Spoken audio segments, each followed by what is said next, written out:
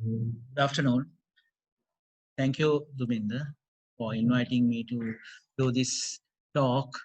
It's nice to talk to you after a long time.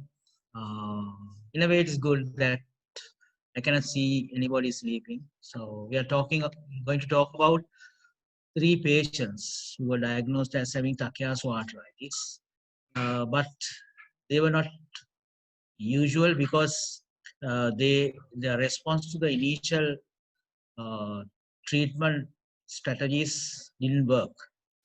So we'll first start with the first patient. Is Mr. J. He's a 19-year-old A-level student. He has been having episodes of prolonged fever of 5 weeks duration. This he has noted in April 2019. He came to us in September 2019 with left shoulder pain, left arm claudication, with some constitutional symptoms like loss of appetite and loss of weight. He had chronic unilateral headache, but there was no visual disturbances or jaw claudication.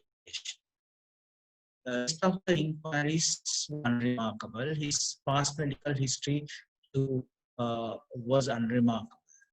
When we examined the patient, his brachial and radial pulses was lower than the right one. There was a discrepancy in the blood pressure. The right side, it was 120/80. The left side, it was 104/58.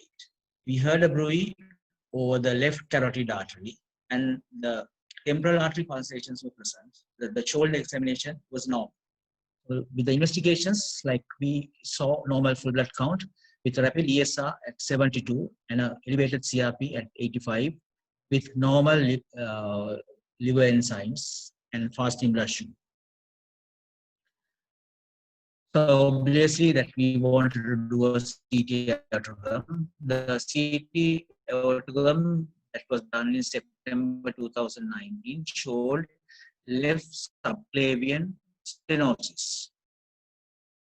The diagnosis was very obvious. So it was a case of Takayasu arteritis. We started him with prednisolone 40 milligrams daily with methotrexate 7.5 and folic acid. As a routine, we did a vascular surgical referral, and their plan was to manage him medically. I'm free, and we have increased his methotrexate to 10 milligrams, and prednisolone was reduced to 35 milligrams daily. CRP was 5 milligrams, and however, his liver enzymes were elevated. ALT was elevated at 143 and AST was marginally elevated at 45. We took gastroenterologist's opinion and they did some more investigations, said induced transaminase, and we were asked to stop.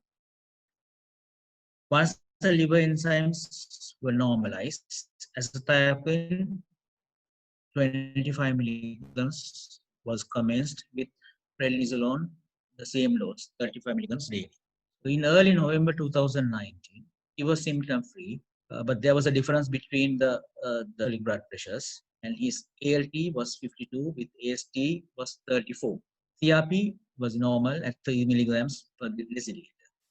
Further reduced his prednisolone to 25, and azathioprine was increased to 50. In December 2019, while he was on prednisolone 25 milligrams daily with azathioprine, his he developed a very bad transaminitis with ALT and AST both elevated. The bilirubin was normal. Total protein was normal. Again, we referred him to gastroenterologists. They excluded other causes of hepatic enzyme derangement. And the conclusion was drug-induced liver injury, and we were asked to stop azathioprine. At that time, his CRP was 4 milligrams per deciliter, and he didn't have much symptoms. However, as we were stopping azathioprine, we increased his prednisolone to 40 milligrams daily. In late December 2019, he came back with upper limb claudication. The right side blood pressure was 110 by 70, left side 100 by 60. There was a new right side subclavian grooving, and his CRP was elevated at 28 milligrams per deciliter. And we repeated his CT aortogram that showed right subclavian and axillary arteries stenosis, and it was tortuous with focal dilatation of the right common carotid. Not sure whether this is very good picture, but you can probably see the right subclavian stenosis and proximal left side subclavian stenosis. And our impression was a major relapse of Takayasu arteritis. And we have started him with a methylprednisolone pulse 1 gram daily for 3 days and continued with prednisolone 40 milligrams daily. Despite this, his symptoms continued with elevated ESR and CRP. So, we had no other options. He was his parents and the patient was very excited about the condition, and he was clinically did not look well. We decided to start him with IV tocilizumab at a dose of 8 milligrams per kilogram. And at the same time, we got the vascular surgical referral as well, and they were in the opinion that we should manage medically. To follow up, the 1 month after the first dose of tocilizumab, symptoms improved and CRP was 3.7. The second dose was given in the first week of March 2020. Unfortunately, due to the prevailing condition, he was not able to come to clinic in April 2020. And third dose of tocilizumab was given in third week of May. At that time, his CRP was elevated to 35, but fortunately, no aggravation of symptoms or signs. We continued prednisolone 10 milligrams daily. So that was our first case, and the second one is Miss D. She was a 34-year-old female when we saw her. She was single at that time. She has been having neck pain of 6 months duration with upper limb claudication and low-grade fever. She had no syncopal attacks. When we examined her pulse rate was 80. Her volume was less in right side than the left side. The right side blood pressure was 180 by 80. With left side blood pressure was 160 by 80. So there was a 20 degree of difference between two sides. The systolic blood. There was a left side carotid and a left side subclavian bruise. Her ESR was rapid at 59 and CRP was high at 12. Full blood count, the hemoglobin was low with at 9.9. Liver functions were normal. Her ANA was negative. A 2D echo showed an ejection fraction of more than 60% without any pulmonary hypertension or valvular lesion. Ultrasound abdomen was normal. This picture is not very good, the CT aortogram, but it was reported as bilateral common carotid artery and left subclavian diffuse neuropathy. Again, the diagnosis was obvious, so it was another case of Takayasu arteritis. So we started her on with prednisolone 50 milligrams daily, with methotrexate 7.5. To control her blood pressure, we had to start enalapril 5 milligrams twice a day as well. We got the vascular surgical opinion as well. 2 months later, her ALT and AST were on the rise. AST was 72, ALT was 296. Again, we sought the gastroenterologist's opinion, and they asked us to stop methotrexate because the damage was due to methotrexate. We continued prednisolone 45 milligrams daily. Liver functions normalized after 2 weeks of omitting methotrexate, and we commenced azathioprine. 3 months later, again, she developed a transaminitis with ALT 87 and AST 61. Again, we had to take the gastroenterologist's opinion, and they asked us to stop azathioprine because it is most probably due to azathioprine.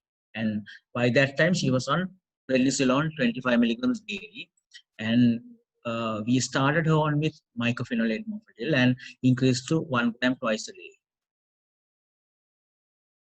During the follow-up, she became symptom-free and inflammatory markers came down to normal. MMF 1 gram twice a day continued and prednisolone tailed off to 5 milligrams over 2 years. However, during these 2 years, she had ups and downs, but she never had a major relapse. In September 2019, she came with arm claudication with right side blood pressure 160/100, with left side blood pressure 148. Her ESR was 45 and CRP was elevated at 38. CT aortogram showed large vessel vasculitis involving arch of aorta, brachiocefalic trunk, left common carotid artery, and left subclavian artery. Then we manage it as a major relapse with prednisolone 50 milligrams daily with mycophenolate mofetil 1 gram twice a day. However, again, we sort of discussed about this about with the patient as well as our colleagues, and then we started her with tocilizumab. Response to tocilizumab. After 2 doses of tocilizumab, she became symptom-free and inflammatory markers reached the baseline. And now she's on prednisolone 10 milligrams daily with MMF. We didn't see her after this break. However, we hope she is doing well, but we have given her, we have contacted her over the phone, and she probably will come to our clinic soon. Our third patient is C. She's a 16-year-old student who had low-grade intermittent fever on and off for 5 months duration with constitutional symptoms.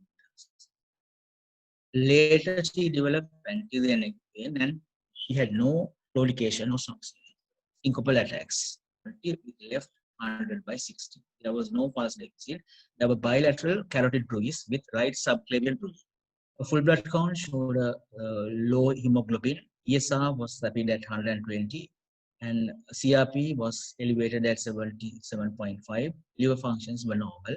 ANA negative. TB and septic screen were negative. Ultrasound scan, neck and duplex showed luminal narrowing of bilateral proximal common carotid arteries, and 2D echo ejection fraction was normal. There were no valvular defects. CT aortogram showed circumferential mural thickening with mild contrast enhancement of aortic arch descending thoracic aorta up to the level of renal arteries. No aneurysmal dilatation or significant stenotic areas involved in the entire aorta. Luminal thickening in brachiocephalic artery and left common carotid. There was luminal thickening. Pulmonary and renal vessels were preserved. This is the picture, but I don't think it shows much of the narrowing because it is mostly intraluminal.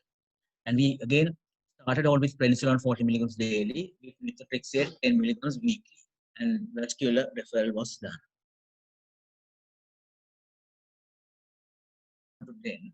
However, she to develop transaminitis, AST46 with ALT 101, and prednisolone was continued at a dose of 40 milligrams daily. And we again had to take the gastroenterologist's opinion, and we were asked to stop methotrexate. During the next month review, she was asymptomatic with CRP 8 milligrams per deciliter and normalizing AST and ALT. We commenced her on with mycophenolate mofetil 500 twice a day with prednisolone 35 milligrams daily. 1 month later, she is on prednisolone 30 milligrams daily with MMF 1 gram twice a day.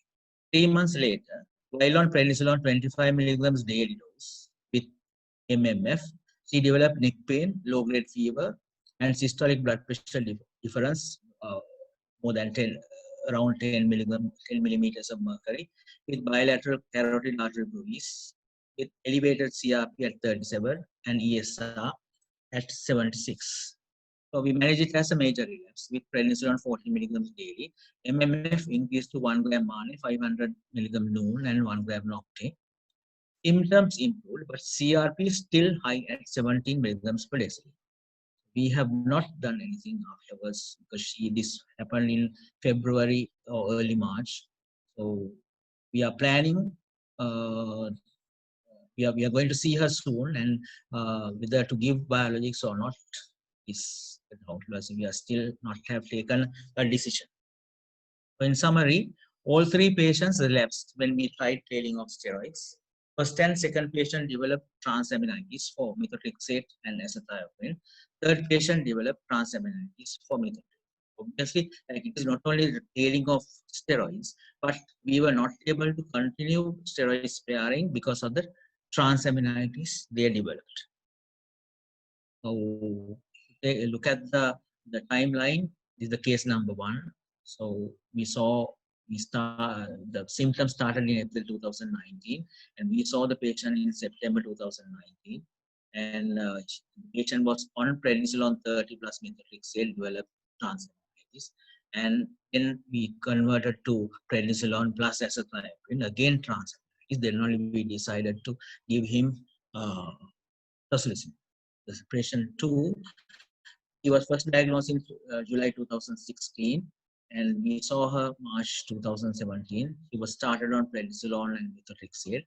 She developed transaminitis for methotrexate, and then we have started on with azathioprine, again transaminitis, and then she was started on prednisolone plus MMF, but she developed a major relapse with continuation of her symptoms, and therefore we started on with tocilizumab. The third patient, we have started her on with prednisolone 40 with methotrexate in September 2019 and developed transaminitis.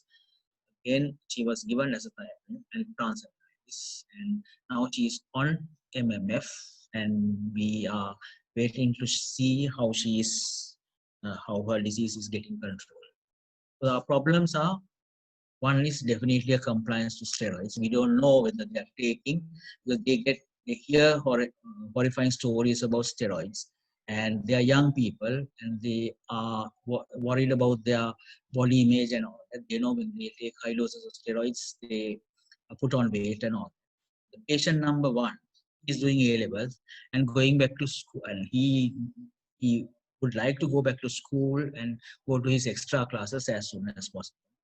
Patient number 2 is like recently got married and is asking for us about the possibility of making a family. The third patient, she likes to go back to school and to go for competitive sports she has been doing. And the other important issue is the patient and caregiver awareness of the condition. It is very difficult. Like, it is not like rheumatoid arthritis.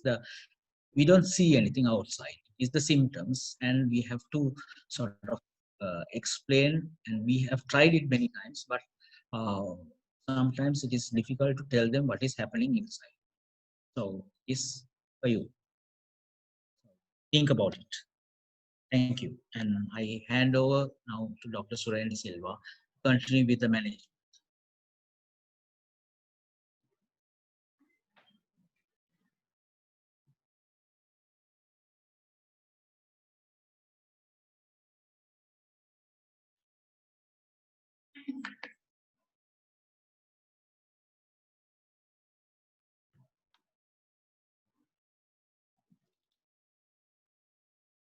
Thank you, sir.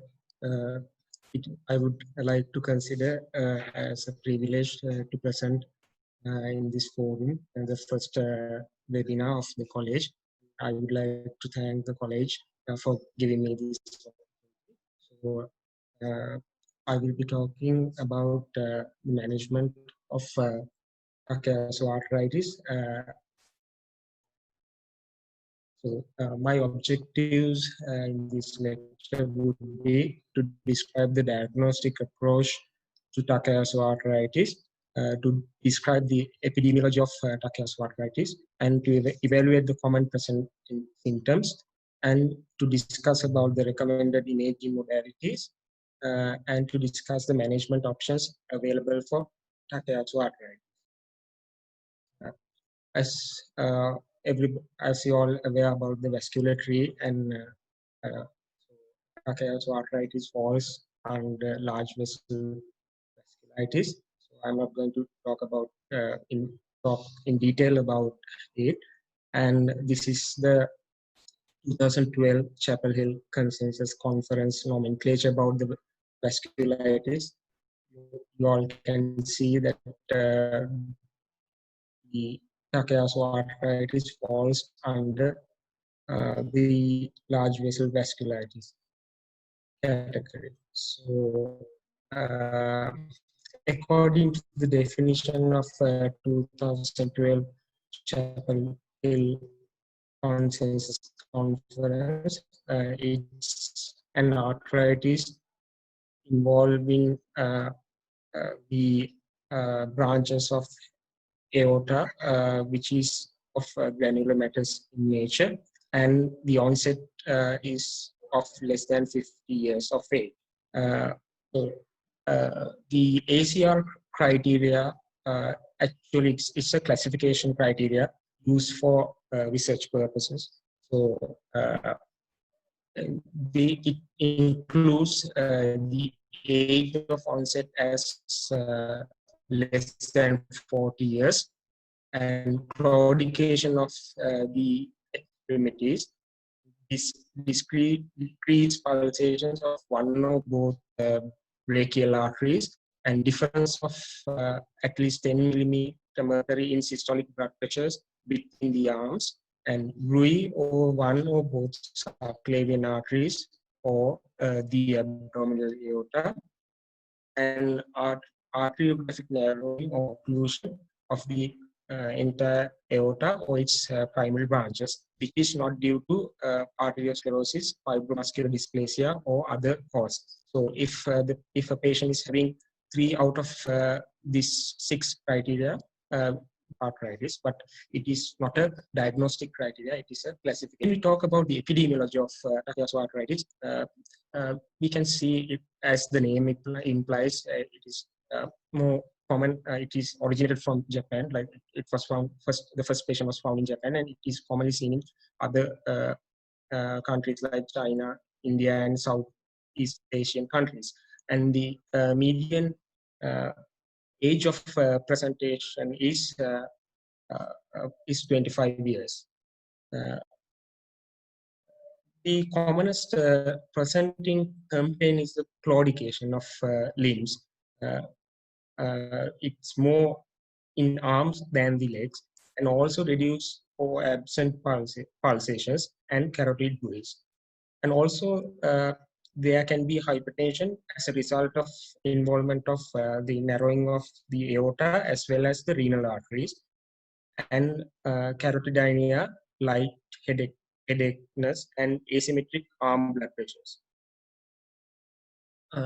As I mentioned previously, bruises are found in the carotid arteries, but it is not restricted to the carotid arteries, and you can find bruises in supraclavicular, infraclavicular, abdominal, and femoral areas. Also, patient can present with constitutional symptoms and musculoskeletal symptoms. As you all know, it's the systemic inflammation is involved here, and few patients also can present with no signs of vascular insufficiency, such as claudication. They might also present only with a history of pyrexia of unknown origin. Because of the aortic root dilatation, 20% of patients can have aortic regurgitation. And also due to the involvement of osteal lesions, some of the patients can manifest coronary arteritis. When we come to the investigations, first, you all know the inflammatory markers are elevated, like the ESR, which is commonly elevated, and also the CRP. and there can be anemia and hypergammaglobulinemia as a response to the inflammation, and also sometimes you might get a thrombocytosis. What are the investigations? What are the imaging modalities available?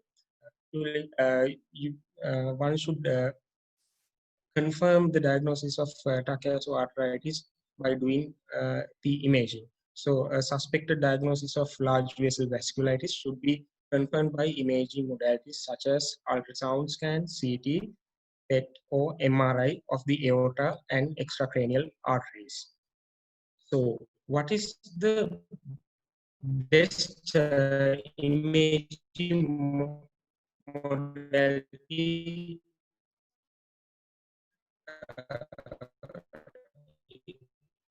available?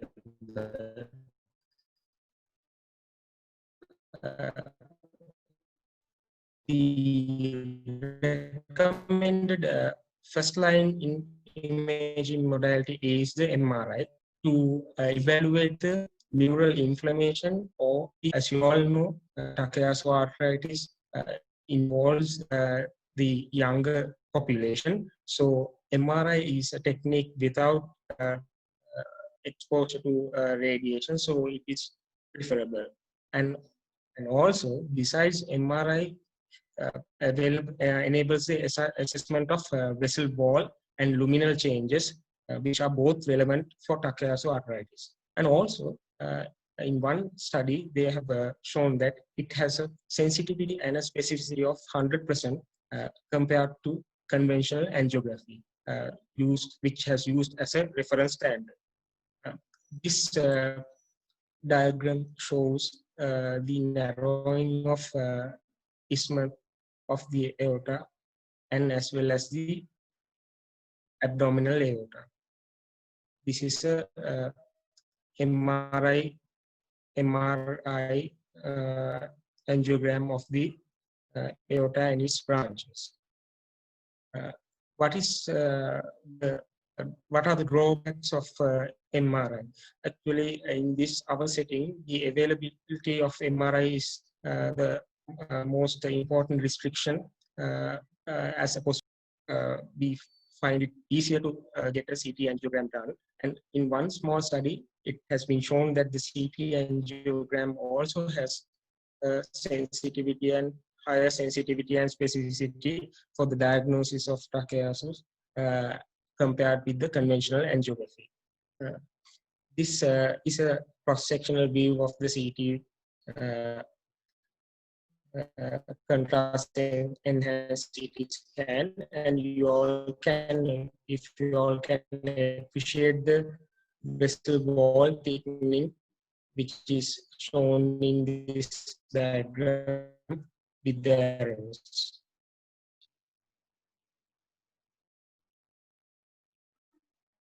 And also, PET-CT is an alternative imaging modality in Takayasu arteritis, but it is also not freely available in our setting. And ultrasound scan has limitations in assessing the thoracic aorta, but you can assess the carotid arteries, the narrowing of carotid arteries, using a non-invasive, freely available method such as ultrasound scan. CT scan also used commonly, advantage of assessing the vessel wall as well as the luminal changes. However, when it comes to conventional angiography, it is not recommended for the diagnosis of Takayasu arteritis because there are other modalities which are non-invasive and available in the setting. And also, conventional angiography does not provide any information about the vessel wall morphology, although it shows changes of the, it shows luminal changes. In fact, the main indication for conventional angiography in large in Takayasu arteritis is as a part of vascular interventions such as balloon angioplasty or stenting.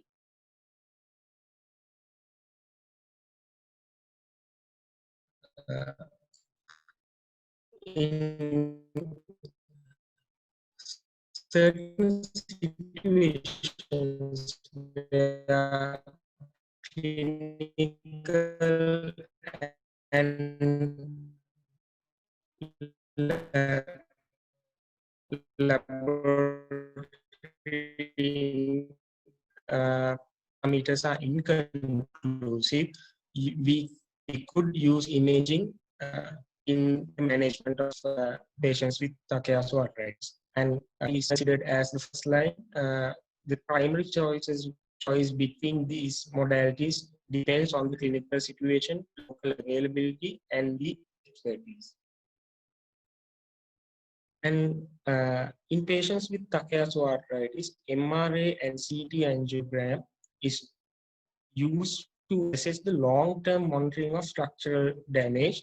For instance, we could assess the degree of stenosis annually if we using MR angiogram, but it is not used as a modality of assessing the disease activity routinely. With this, I would like to bring your attention to the 2018 EULA recommendations for the management of Takayasu arteritis.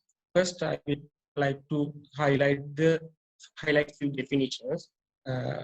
Active disease is considered as the presence of typical signs or symptoms attributable to Takayasu arteritis, which I have described before, and at least one criterion from either current activity on imaging or by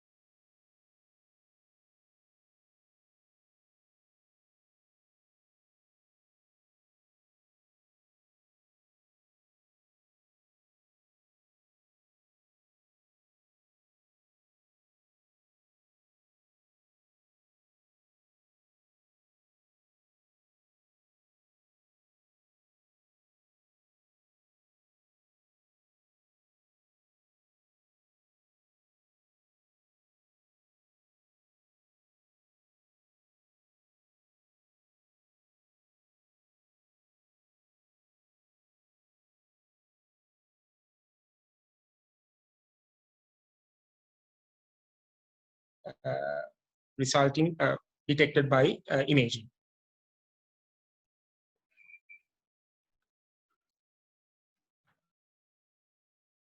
So,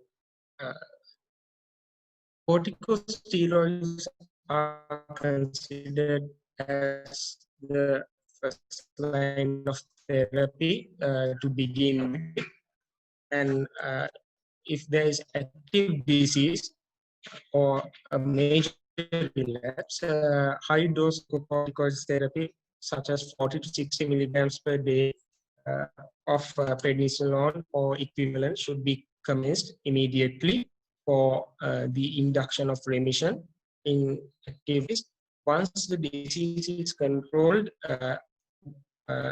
then you would tail off glucocorticoids to a dose of 50 to 20 milligrams per day. If the patient is stable on that particular dose, you can reduce the prednisolone dose to less than 10 milligrams per day.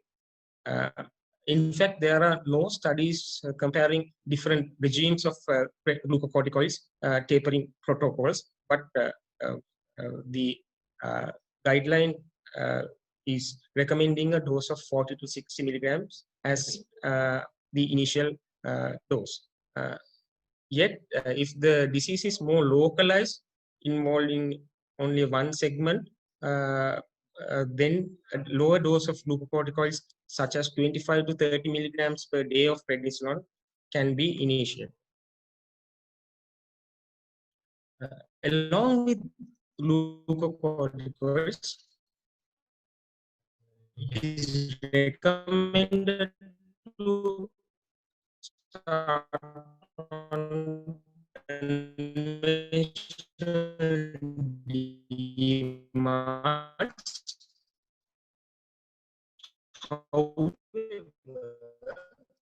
is no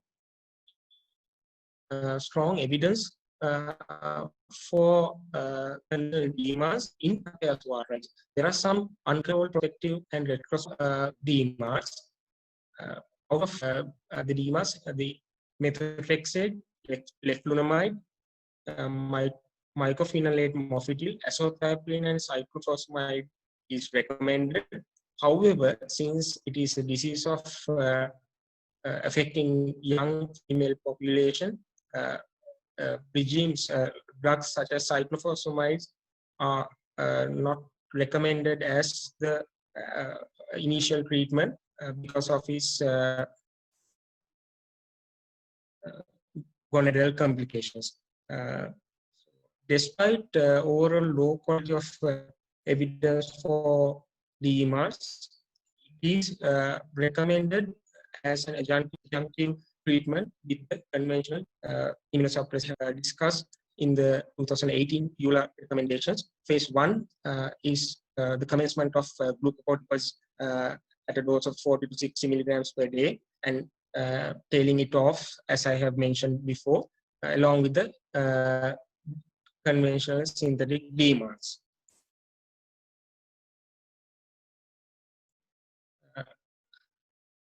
How are we going to treat a relapse? As I said, if the patient relapse, if it is a major relapse, then we should initiate the corticosteroid dose as of a new patient and a new presentation, initial dose of 40 to 60 milligrams per day. In the case of minor relapse, we have to initiate the dose which has been least effective for the patient. Also, we have to consider modification of the adjunctive therapy if the patient relapse.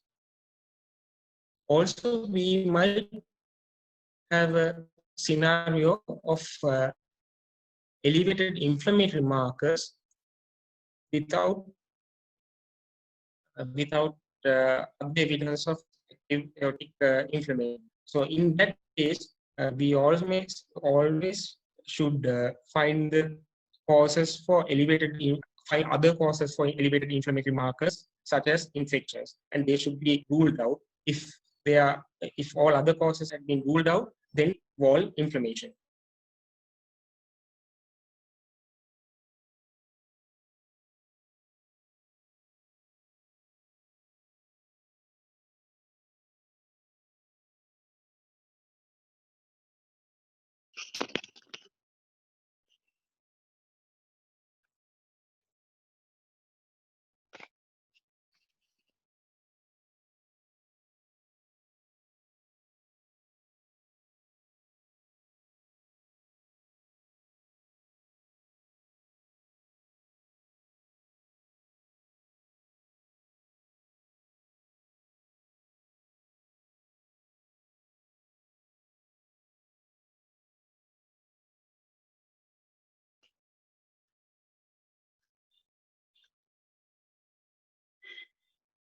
Six inhibitors. We can't see the presentation. Screen has gone on.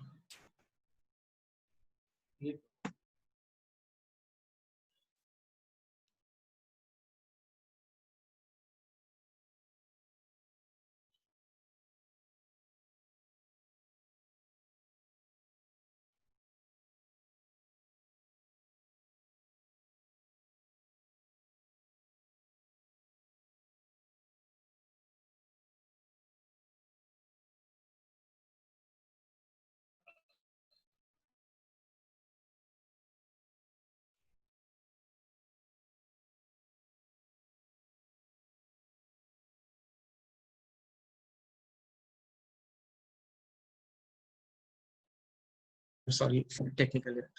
These recommended line therapies are the TNF alpha inhibitors or the IL-6 inhibitors, such as tocilizumab.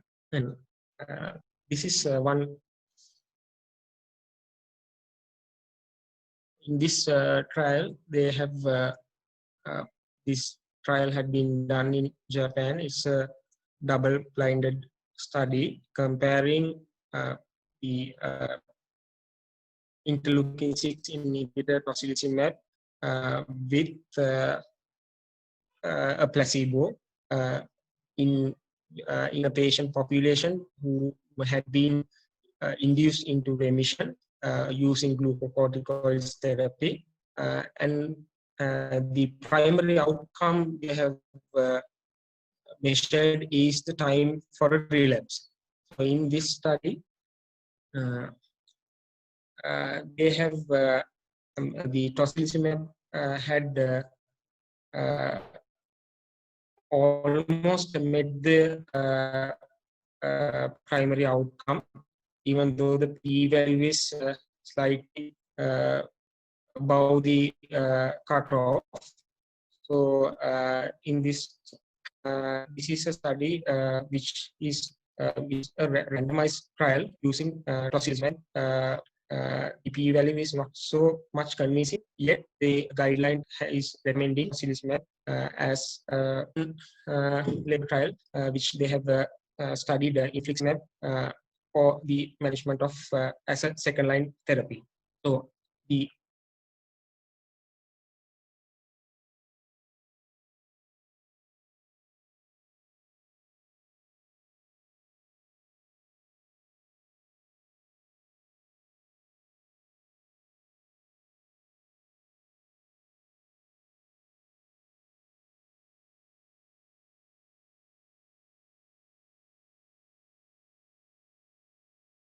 phase 2 therapy involves the commencement of tocilizumab, the IL-6 inhibitor or the TNF alpha, along with the glucocorticoids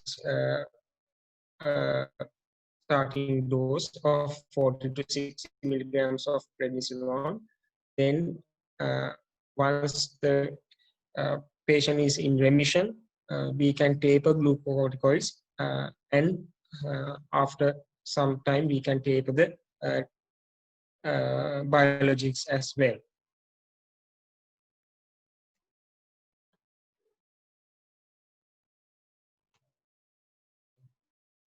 What about antiplatelet therapy? So as you all know, there is active aortic inflammation and narrowing of the large arteries.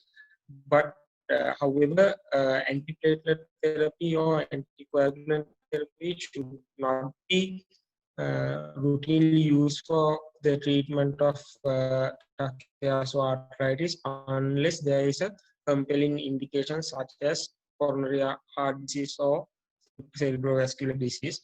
But in certain situations, such as if there's vascular ischemic complication or high risk of cardiovascular disease, these might be considered on individual basis. So in view of the low level of evidence, a vascular team should the patient to vascular team, they also might have a place in deciding the antiplatelet therapy, depending on the degree of vessel stenosis. What are the surgical options for the management of Takayasu arteritis?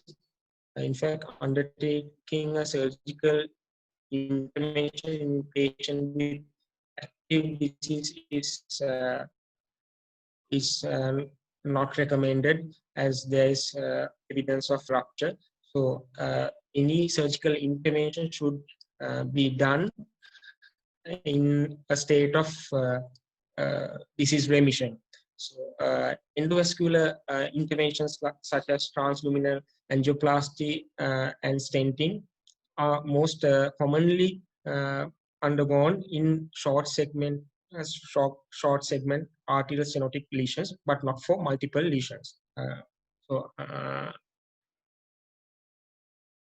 It's a multidisciplinary approach. So every patient should be referred to a vascular surgeon to get their opinion about surgical intervention. This is a diagram of subclavian steel syndrome.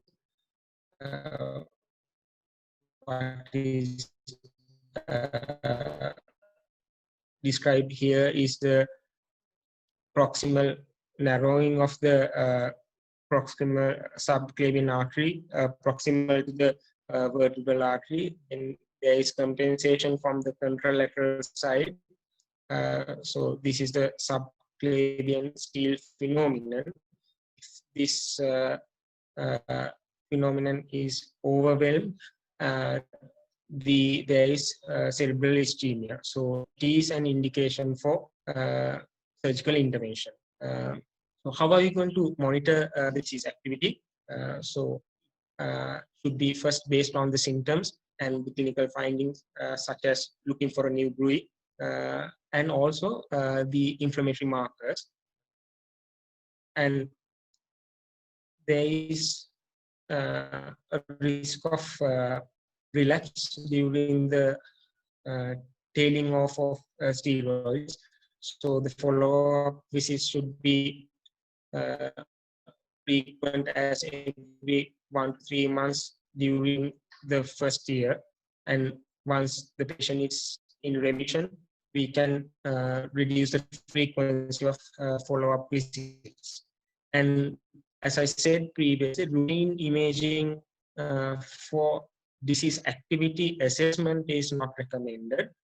However, to assess the degree of vessel wall stenosis or aneurysmal dilatation, structural damage, we could use imaging modalities depending on the availability. PET scan is not freely available to us, but I would like to talk about it because there is evidence for PET to be used as a. Suren, can I interrupt for a little bit? Gunendra, yes. Madam, I think wants to say something. I'll unmute you, Madam. Madam, you would have to unmute your. So, Gunendrika, Madam, seems to want to say something. Madam, you'll have to unmute yourself and speak. No, I don't. Yes, don't. Kiranti, I don't. You have raised your hand, but. No, madam. No, Chiranti is something. No. Yeah. Right. Okay. Carry on. Yeah. Go on. All right. Okay. We'll continue. Yes.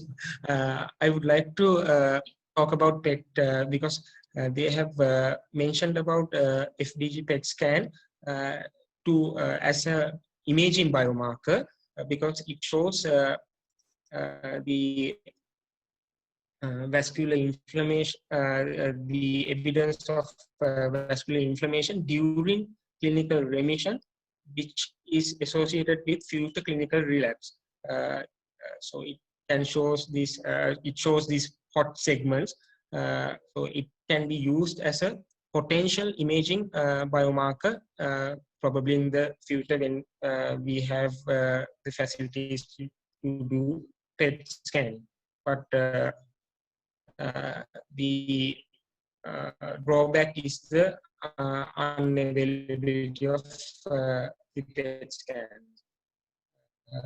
And also there are novel biomarkers of Takayasu arteritis, which is called tissue TIMP, tissue inhibitor metalloproteinase 1. This is a trial done in 2019. It is a specific biomarker for Takayasu arteritis patients. So, in conclusion, in fact, this is the first case of a patient of Takayasu arteritis diagnosed in 1830, but this patient had presented with reduced brachial and radial pulsation. This is before the diagnosis of Takayasu arteritis, before the invention of Takayasu arteritis, and it is founded by Prof. Mikito Takayasu in 1908, almost a century after the first patent. And the diagram onto your right hand side shows the coronary anastomosis in the in the retinal vessels, and this credit goes to Takayasu, who is an ophthalmologist who found who later on found the disease.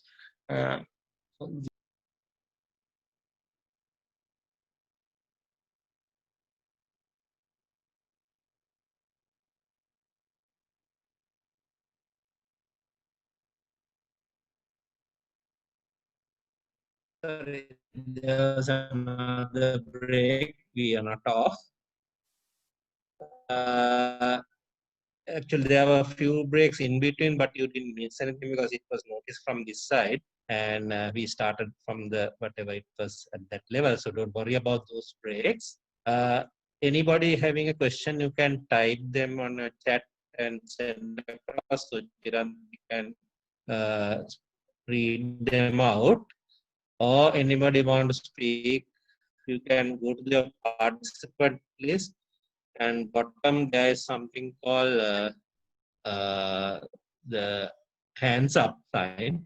So put that, so Chiranti will unmute you and can ask the questions if there are any questions. In the meantime, Chiranti, I think we have already one question or two questions. Can you read out? Can you tell us what the question is? The question is, what was the dose of... Chiranti, can you hear? Yes, I can hear. Can you hear me, sir? Hello, Yeah. can you hear me, sir? Yeah, sure. Yeah. Yeah. The question is, what The was dose of tocilizumab, is it? tocilizumab? And the second part. Yeah, can hear. The second part of that question is, EULA guidelines suggest the use of TNF-alpha blockers 2 as second line. Your opinion on it?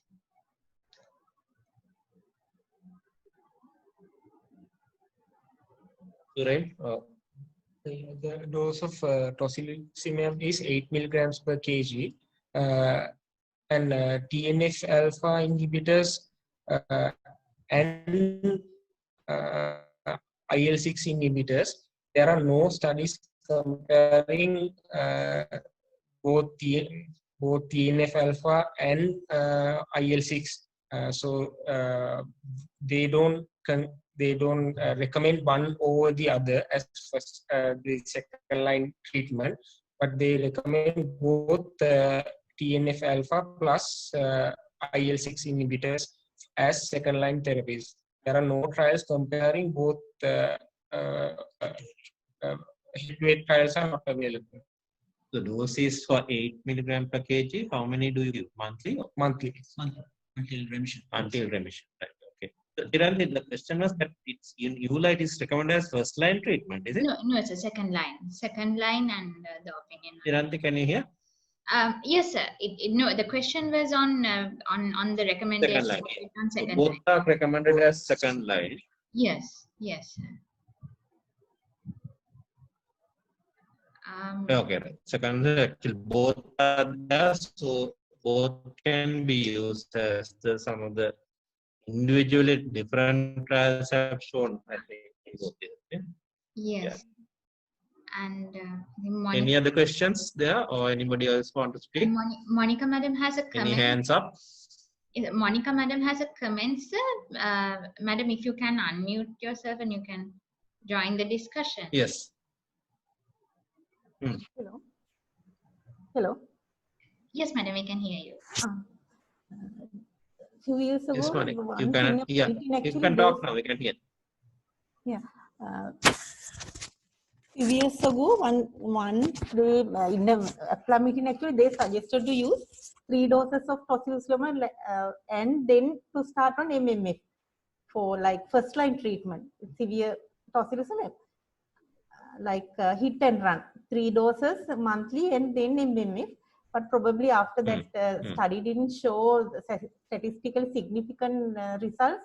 I think now it's not there, but we started in a patient who came with like severe AR, and that patient we started that with that also inflammatory markers came down, and the patient is on MMF. But now it's like second line only they recommend, isn't it?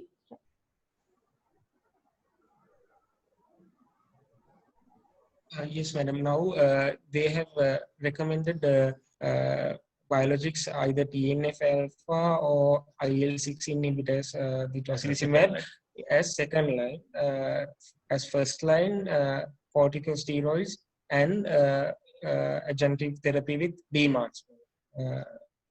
Okay, what is the best investigation? So there may have been some trials, Monica, I think. Okay. Right. Any other thing, Monica? Or anybody else? So there's another question on imaging. Which is the best imaging modality, CTA or MRA?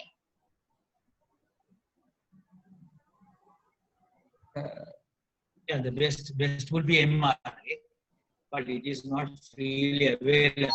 So that is why we go to CT, because there is no radiation exposure in MRA. So if it is available, that should be the one we should do. And PET scans are available here at NHSL, but it will be difficult to get that PET scan. Got the answer. Anything else?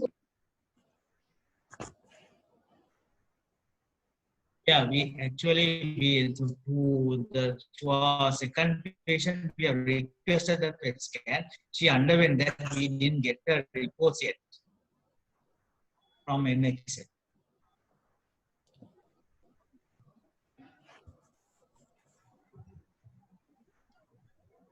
I think there's still the question of how long to treat is still nobody knows.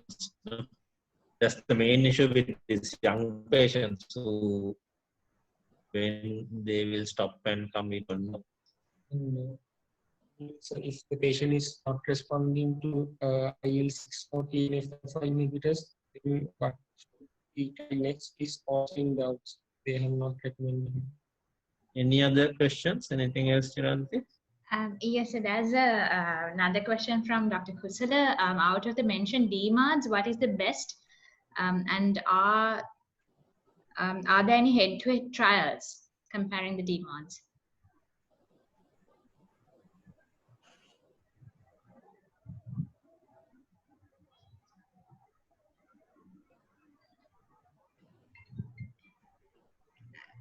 So I hope you could hear me, sir.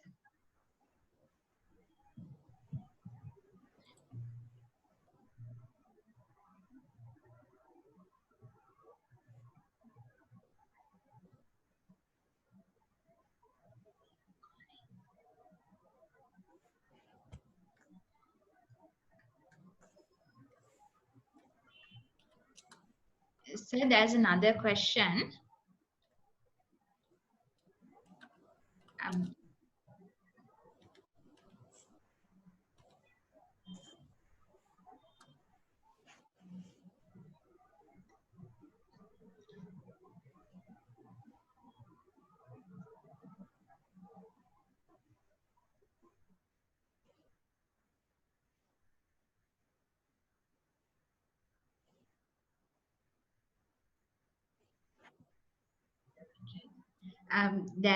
Everyone, there seems to be a connectivity issue from RRH.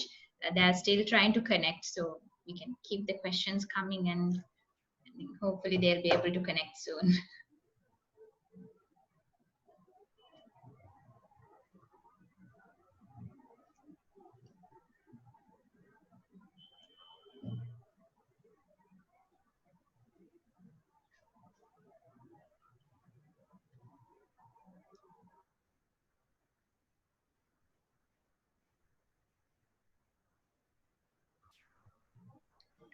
While we wait for Dominda sir and the others to connect, maybe Monica madam or someone else could answer the question.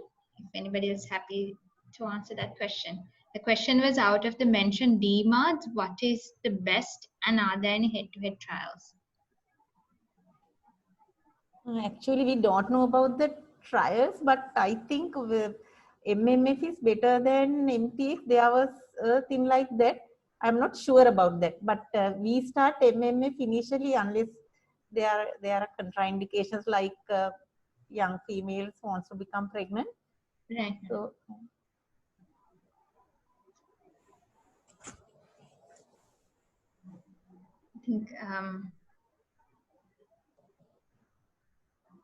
I think Duminis is still trying to connect, and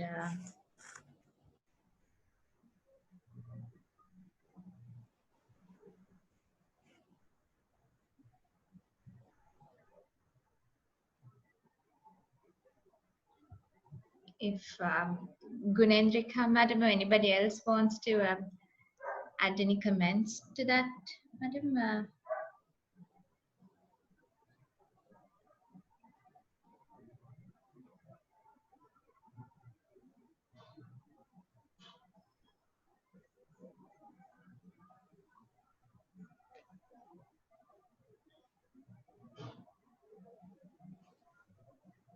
and I have a question. So transaminitis, usually that's common with tocilizumab also, but these patients probably didn't get transaminase elevation with tocilizumab. Sorry, madam. No, transaminitis. So it's a side effect of tocilizumab as well, but probably these patients didn't get elevation of transaminases with tocilizumab. These three patients, all these three had elevation with MTX and azathioprine also. Yes, madam. I think Duminder sir has just connected. We are back. Yes, Monica, what's the question? No, transaminitis is common with MTX, not with tocilizumab as well, but probably these three patients didn't get elevation of transaminases with tocilizumab. No, yes, Monica. No, so far, no. We have given actually 2 doses to each patient. So after that, we didn't see a transaminitis in any of those patients. So do you have to continue this on long term or to convert to MMF or MTX after several doses? MTX, of course, we cannot, but tocilizumab, what they say is when the patient is in remission, so we can continue with MMF. Okay.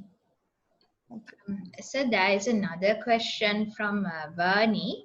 This is regarding a child with Takayasu's with coronary involvement who's currently on tocilizumab and being tapered off steroids.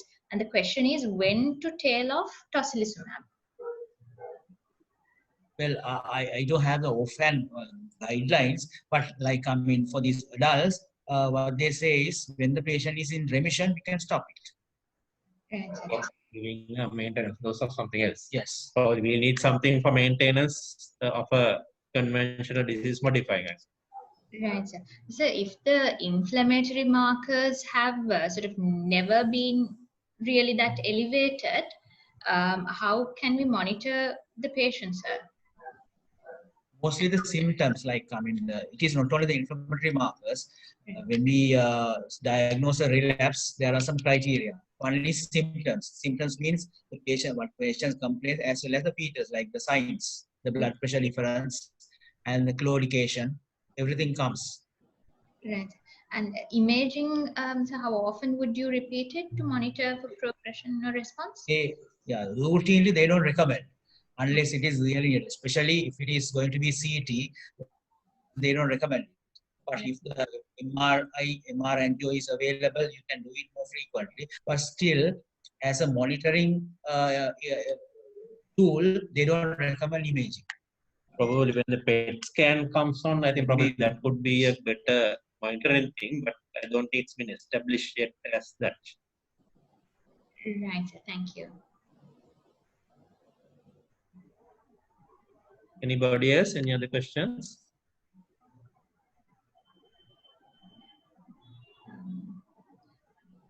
At the moment, there are no other questions on the chat. Yeah, nobody's putting hands up.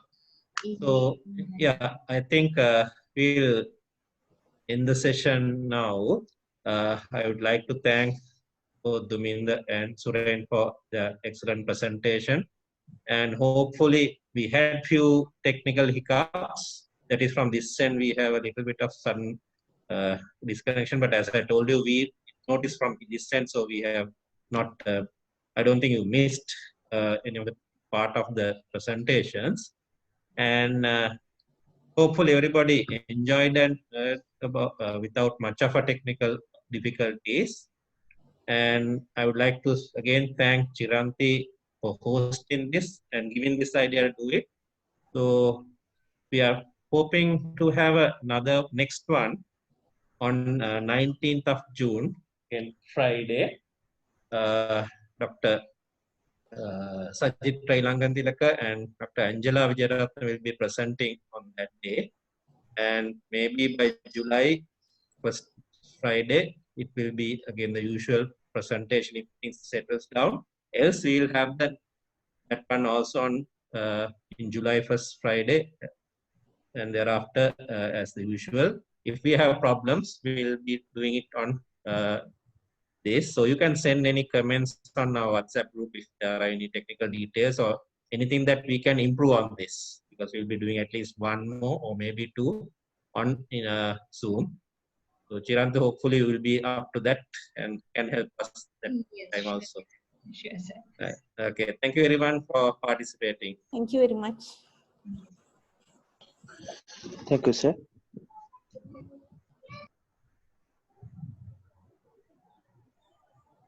I mean, not